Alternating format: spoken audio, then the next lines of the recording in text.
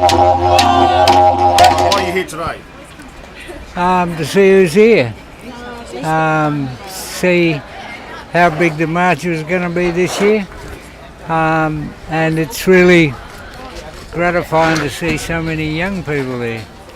I've never been a big believer in NAIDOC.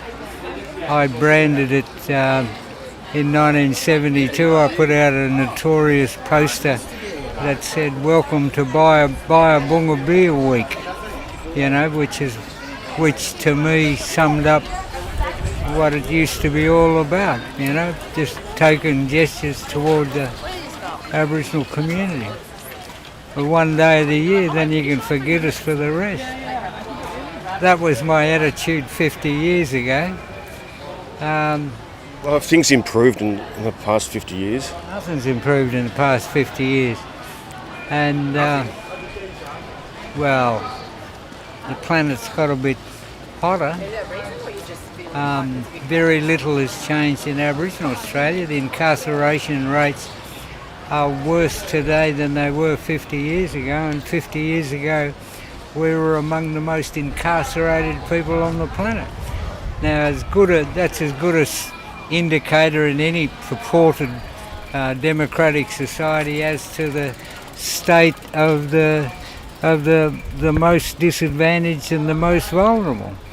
You know, so, you know, people can say things have changed. The only thing we've got is four or five useless black voices in Parliament, apart from Lydia Thorpe. So we've already got a voice in Parliament that nobody takes any fucking notice of. So, you know, to be advocating yet another Aboriginal advisory body, when you look at the history, and I'm speaking as a historian now, historian teaches you that, you know, that people don't learn from the lessons of history, and the lessons of history show that every single Aboriginal advisory body that's ever existed in the history of Australia has been completely ignored, and at the moment when it started saying stuff that was too controversial for governments, they were closed down. Now, no government ever needed a referendum to create just an advisory body, so why run the risk of having a referendum now in a much more polarised nation that Australia is? This is not 1967 anymore. They're not going to get another result like that.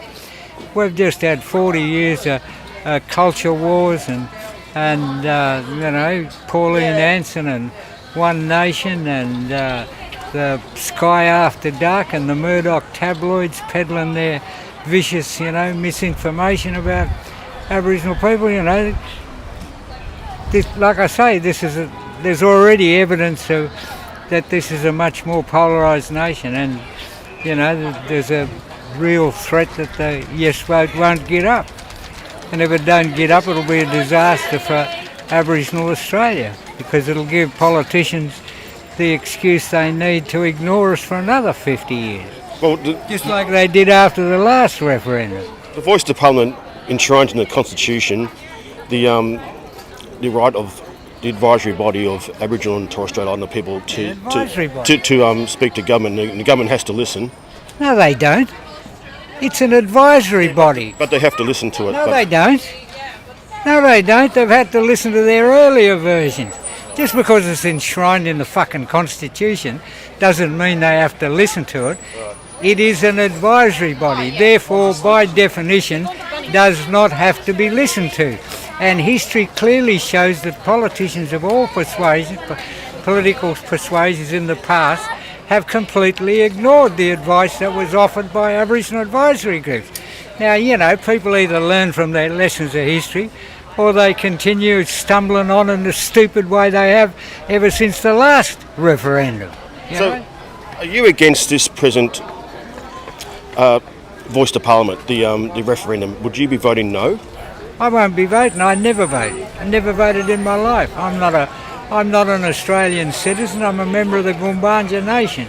We never ceded our sovereignty, so that's why I've never voted in my life. By signing up on the Australian electoral roll, I would be signing up on the electoral roll of a foreign country. Why should I want to do that? Because in the process I would be ceding my sovereignty. Fuck that. So I won't be voting. What's your advice to people about the voice referendum? It's very simple. It doesn't matter whether you vote yes or no. The one thing you can be guaranteed of is that nothing will change.